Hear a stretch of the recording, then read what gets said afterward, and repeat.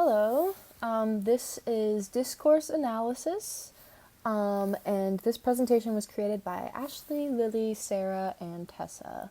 So, discourse analysis considers how language, both spoken and written, enact social and cultural perspectives and identities.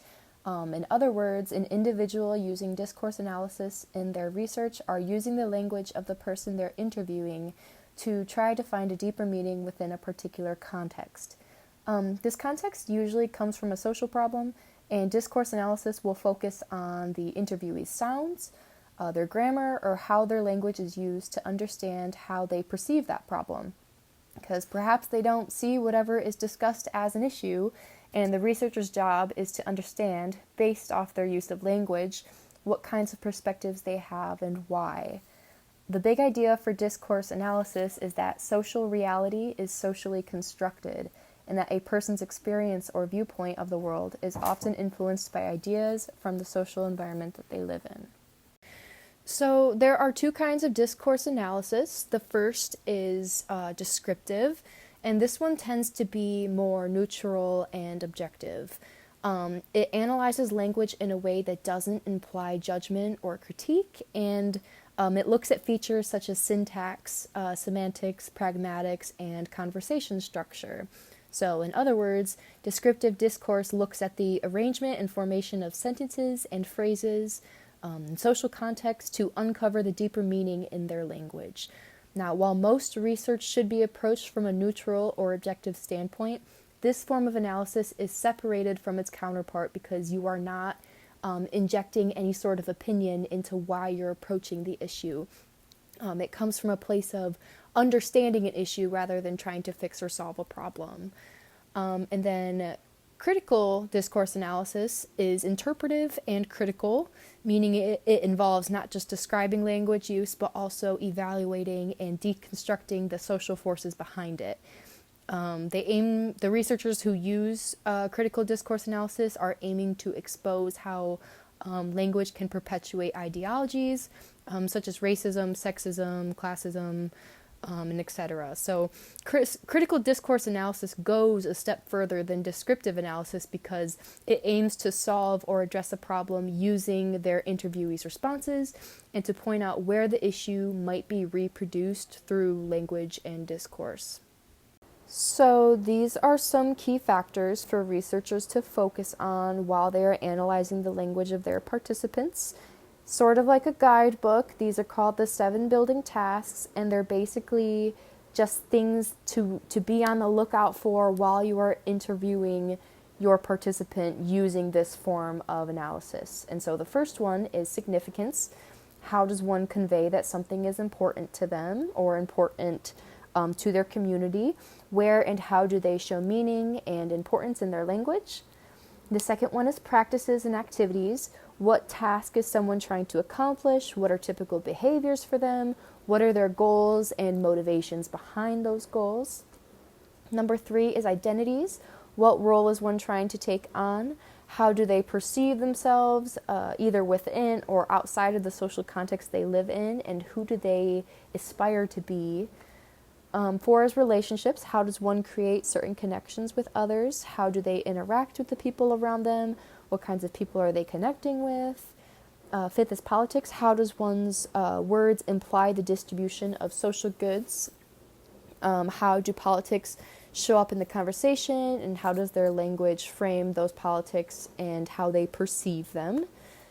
And then connections is number 6. How are things being connected by someone? This basically just means how do they link their ideas together? What's the thought process that goes behind some of the specific conclusions or opinions that they make?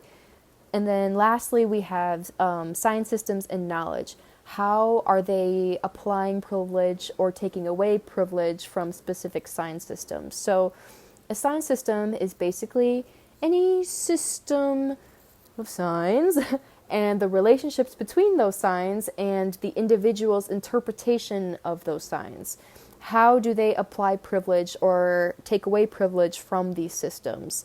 An example of a sign system in the real world would be like traffic lights and road signs, and what you would most likely think of when you first think of signs and things. But then in this particular context, it could look like symbology or popular phrases or anything that communicates meaning without the participant being super explicit with the wording. They won't say it outright, so it's one of those things where you gotta kind of look between the lines and grasp onto some of the phrases that they throw your way and what those phrases might mean. So, discourse analysis is really great at understanding how things work in language. And one of our types of discourse analysis is descriptive analysis. And the goal of descriptive is to describe and understand how the language is used in specific contexts in a neutral way, just as the goal of the physicist is to help explain how the physical world works in order to understand it. So, descriptive analysis is often used in things like communication studies to analyze the language that is being used. They are looking at it through like a descriptive point of view. They're really just trying to like analyze and come to conclusions as to what is going on there. They're not really looking at it through like a critical lens or anything. So, some examples of this include, can you pass me the salt? And he didn't come to the party because he was busy. The second type of discourse analysis that we are focusing on is critical discourse analysis. And the goal is not just to describe how language works or even to offer deep explanations, though they do want to do this. They also want to speak to and perhaps intervene in social or political issues, problems, and controversies in the world. They want to apply their work to the world in some fashion. So, critical analysis really just wants to critique underlying power structures and promote social change.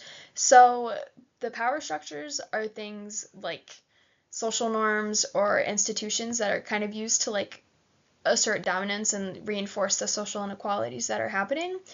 And critical analysis is often used in fields like political science or media studies because it is used to uncover the hidden bias and the power structures that are there. So some examples of this include in language, despite all the progress we've made, women still can't have it all, and immigrants are taking our jobs and ruining our economy. So it's just like very like powerful statements that kind of hold a lot of meaning. Critical analysis is really trying to dig into what is going on there and what can be changed. So, discourse analysis is a really great tool that can help us understand what is going on in communities through analysis of language. And we can really use this to help us with our Honduras transcript because it is going to allow us to analyze the language and better understand the experiences of the youth living in Honduras. So, in our transcript, for example, when P2 says, instead, here in Honduras are used to seeing blood in the streets, this statement reflects the normalization and desensitization of violence that is within their community, which greatly impacts the youth because no one is really batting an eye at what is going on. It is just kind of seen as the norm. Like you go on the streets, there's probably going to be something bad going on, and it's just what they're used to being around every day.